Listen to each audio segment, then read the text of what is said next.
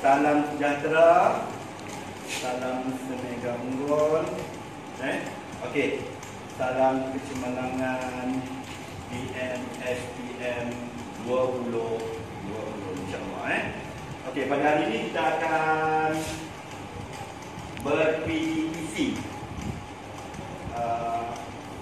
Soalan bahasa Melayu kertas 2, soalan 2D.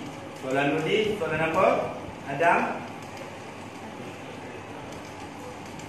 Puisi. Okey, 2D adalah soalan berkaitan dengan puisi. Hari ini kita nak menyantuni puisi Sajak Erti Hidup Bererti. Kita dah mendengarkan sebelum ini Sajak Erti Bererti. Dari ini kita nak cuba menjawab soalan pemahaman. Okey, ingat soalan pemahaman berapa markah?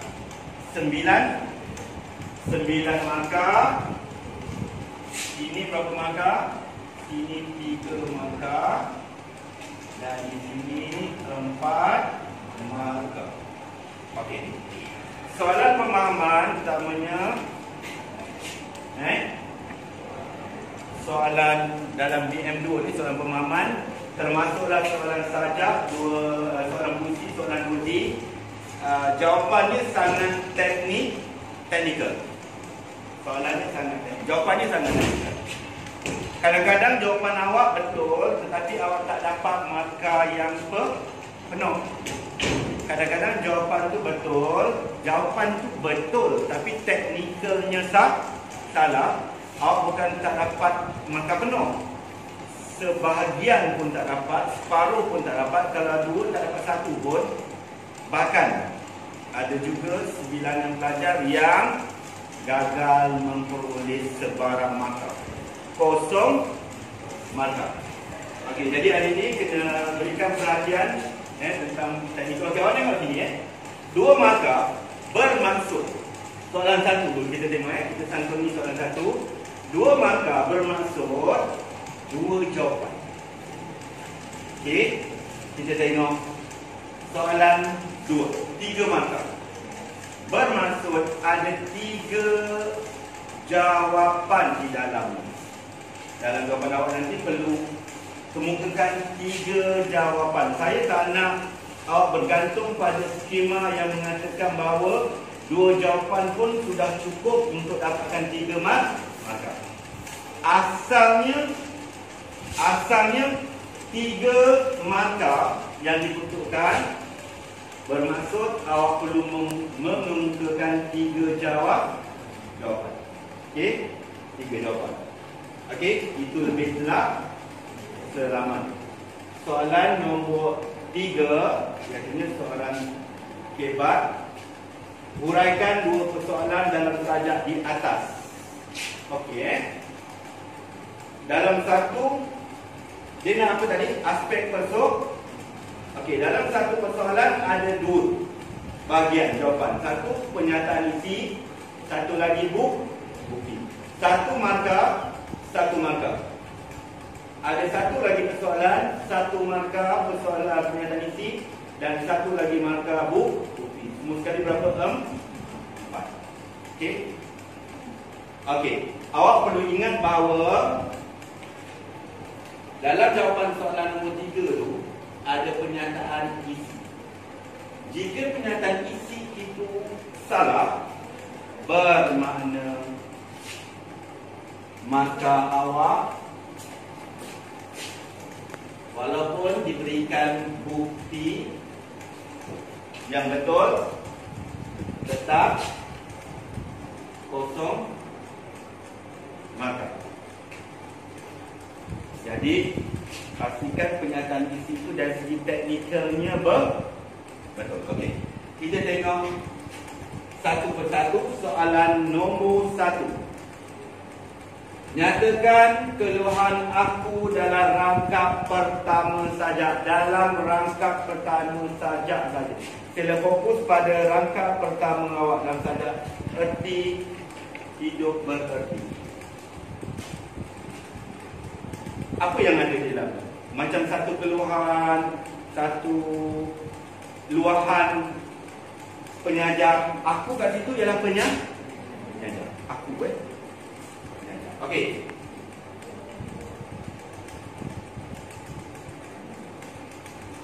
Asyik, boleh jawab? Asyik, cuba Asyik.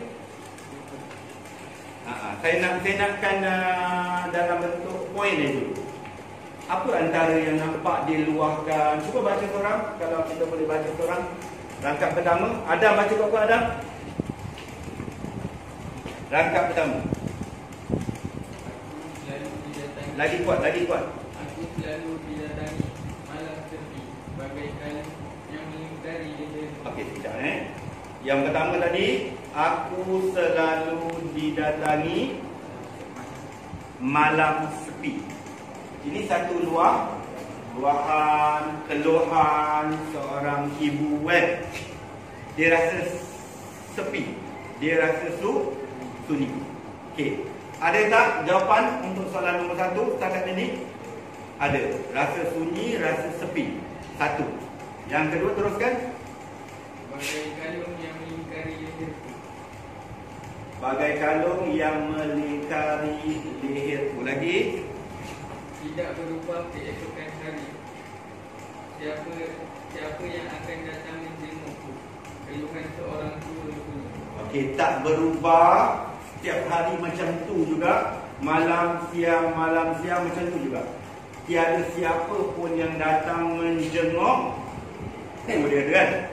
Menjenguk ni maksudnya datang tengok dia. Datang ziarah dia. Jadi ada dua kat sini. Satu dia rasa sepi, satu lagi dia rasa tiada siapa pun yang datang menjenguk dia, mempedulikan dia. Ataupun kita boleh jawab, jenguk kat situ dah datang ziarah. Tengok dia, ziarah dia. Okey. Jadi ada dua jawapan. Jadi jawapan itu sepi dan tiada siapa yang menjenguk, tiada sesiapa. Tiada siapa-siapa. Jangan tulis dalam tiada siapa. Ayat salah tu. Siapa tu kata tanya. Tiada sesiapa. Atau tiada siapa-siapa. Okay. Jadi ada dua jawapan. Jadi cukup untuk kita memperoleh 2 markah. Okey, satu lagi saya ingatkan. Lembaga Pengetahuan Malaysia kata ayat jawapan dalam soalan pemahaman, ayat jawapan mestilah ikut rentak. Ikut rentak ayat soalan. Contohnya, nyatakan keluhan aku dalam rangkap pertama saja. Jadi awak akan jawab, keluhan aku dalam rangkap pertama saja ialah berasa sepi dan tiada sesiapa yang datang menjenguknya. Jangan menjengukku. Kena tukar kata yang menjenguk. Ataupun ada budak yang akan jawab, antara keluhan aku dalam rangkap pertama saja ialah aku berasa sepi, sunyi dan tiada sesiapa pun yang datang menziarahinya. Jelas? Barulah dapat 2 markah dengan 2 jawapan yang betul dan dengan ayat yang lengkap. Jangan lupa. Okey, jelas Pada pendapat anda, apakah aktiviti yang dapat dilakukan oleh warga tua supaya kehidupan mereka lebih berkualiti? Okey, tengok 3 markah, 3 jawapan. Seboleh mungkin hidup.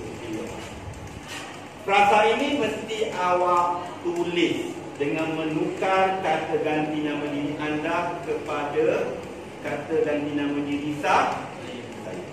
Pada pendapat saya, ingat tadi, ikut rentak ayat soalan.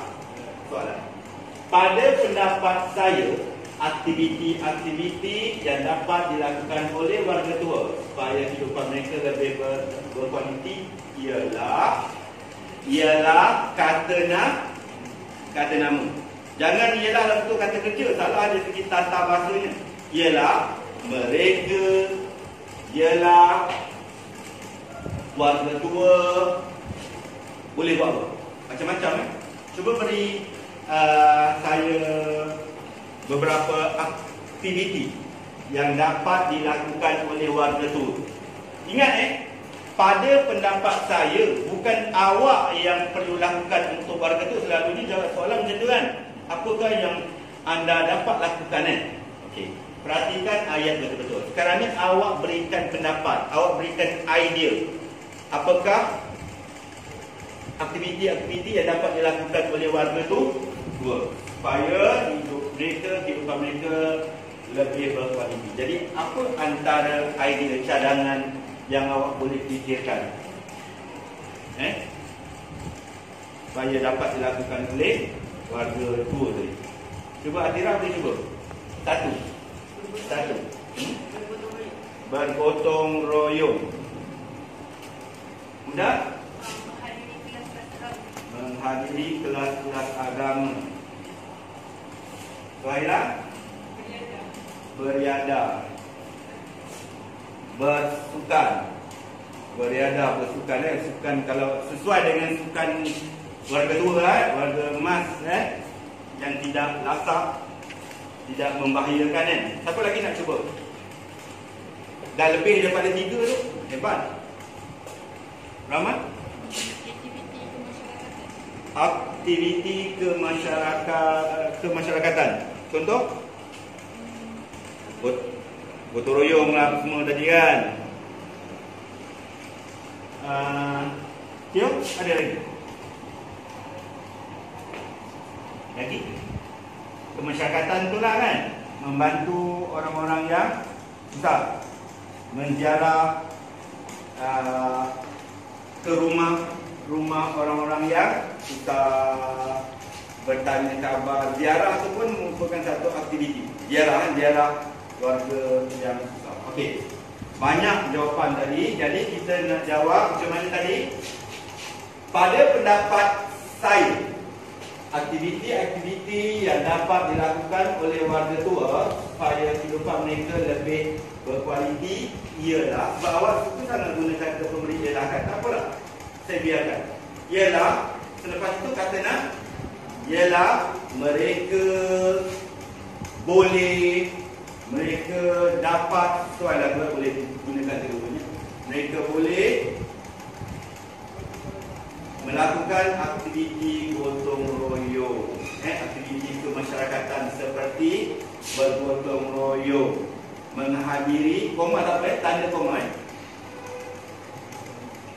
menghadiri kelas-kelas keagamaan, lagi koma lagi, beriadah dan berekreasi. Dah 3 kan. Kalau nak cukup 3 saja, lepas aktiviti bergotong royong tadi kan, aktiviti apa?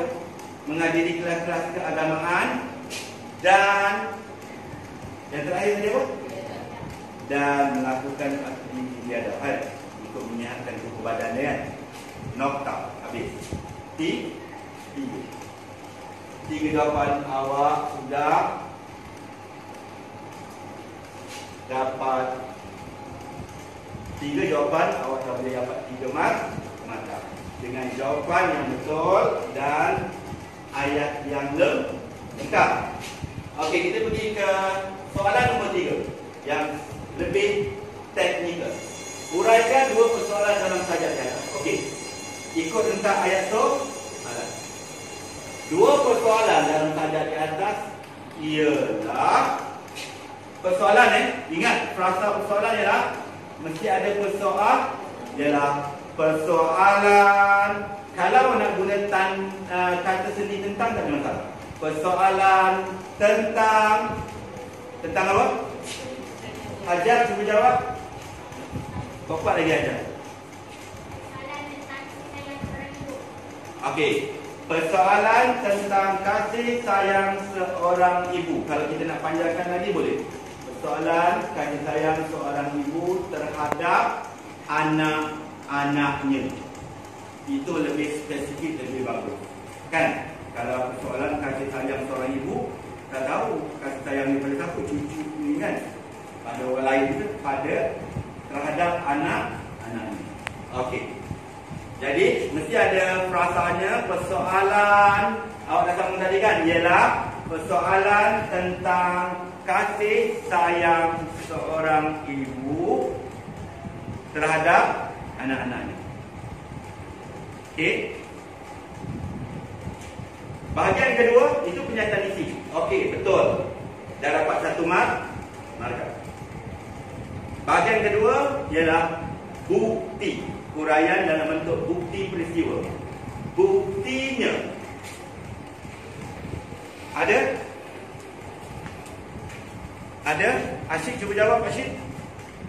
Yang menunjukkan, membuktikan, ada menunjukkan kasih sayang seorang ibu terhadap anak-anak. Ada?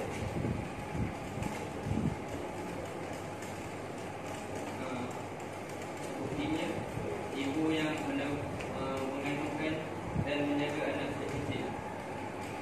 Okay, rangkap yang keberapa? Kena rujuk.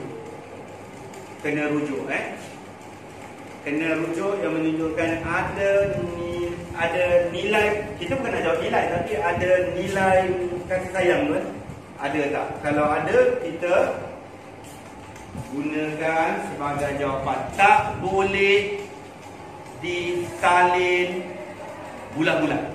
Tak boleh salin dan tampal 100% daripada baris-baris saja. Tak boleh.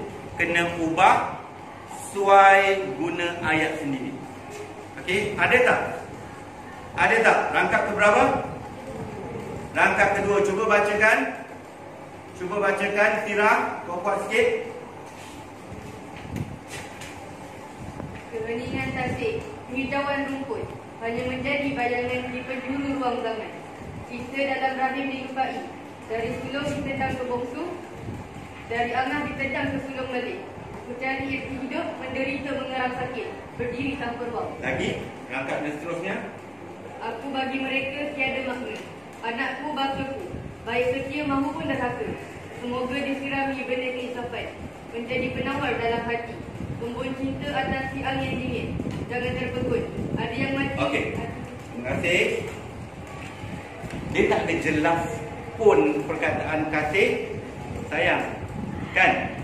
Tapi kena faham yang mana menunjukkan kasih. Maksudnya cinta dalam rahim. Maksudnya kasih sayang seorang ibu sejak anak-anak dalam kandungannya lagi, kan? Betul? Tetapi sudah dilupakan oleh anak. Okey, ataupun dalam rangkap yang seterusnya tadi kita nampak ada satu frasa yang menunjukkan ibu itu mendoakan anak-anaknya supaya insaf akan kesilapan yang dilakukan kerana tidak mempedulikan ibu. Itu menunjukkan kasih sayang seorang ibu. Walaupun kecewa, walaupun sedih, walaupun sunyi, ditinggalkan, dibiarkan begitu saja, tetapi sakti seorang ibu tetap mendoakan kebaikan anak-anaknya. Okey? Itu juga menunjukkan bukti kasih. Jadi kalau kita nak buat, kita boleh buat tadi apa tadi? Buktinya ibu tetap mendoakan kebaikan. Kita boleh tambah kebaikan dan kesejahteraan dan keinsafan untuk anak-anak. Okey, cukup. Okey. Dah habis dah persoalan 1. Persoalan 1, kasih sayang tadi. Kita dah buat pernyataan isi, kita dah buat okey, kita nak pergi ke persoalan yang kedua. Sebab nak 2 kan, kita boleh tulis seterusnya. Persoalan seterusnya. Persoalan, apa lagi persoalan yang ada? Persoalan berbakti kepada berbakti kepada ibu. Okey. Kalau ada, betul, 1 markah. Kita nak buktikan. Buktinya, rangkap ke berapa? Rangkap yang Rangkap yang kedua, kita minta link jawab. Rangkap yang kedua ada tak? Cuba bacakan. Kuat sikit.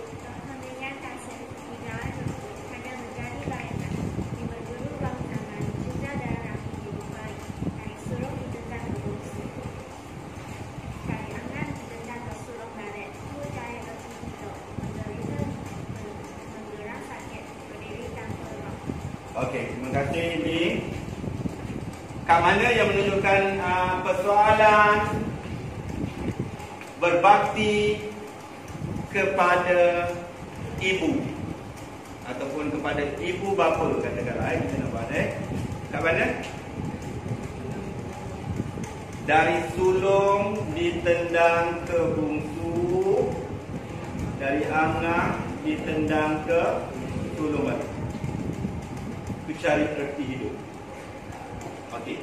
Kalau sebenarnya baris-baris itu menunjukkan sikap seorang anak yang cuba lepas tangan dari sulung, tendang ke angah tendang ke bungsu, contoh begitulah. Tak ada siapa pun yang sanggup sebenarnya nak menjaga seorang ibu, kan? Tetapi kat situ kalau kita positifkan, sebenarnya boleh menunjukkan setiap anak memainkan peranan yang sepatutnya menjaga seorang ibu. Lepas dah duduk dengan dah sulung jaga, angah pula. Lepas tu bongsu nanti berpatah balik kepada sulung. Begitulah kalau positif. Okey, jelas?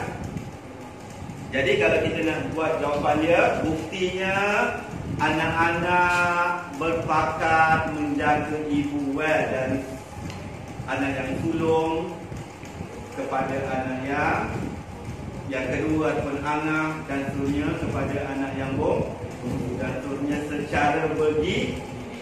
Kalau positif, kita boleh positifkan, boleh. Dan ada lagi sebenarnya menunjukkan persoalan tentang bakti seorang anak terhadap seorang ibu, ada lagi. Okey. Dan jika teknikal tadi yang kamu dengar tadi yang saya jelaskan betul, dari segi frasasnya dan isi persoalan, buktinya, sebagainya, okey, awak pasti akan dapat 4 mark. Jelas? Faham? Okey, saya serahkan amanah dan tanggungjawab ini kepada awak. Sila jawab latihan dalam MOU muka surat ataupun halaman 59 set yang ke-6. Saja erti, hidup erti, buat dalam buku latihan konversasi. Itu sahaja daripada saya. Sekian, terima kasih. Assalamualaikum warahmatullahi wabarakatuh.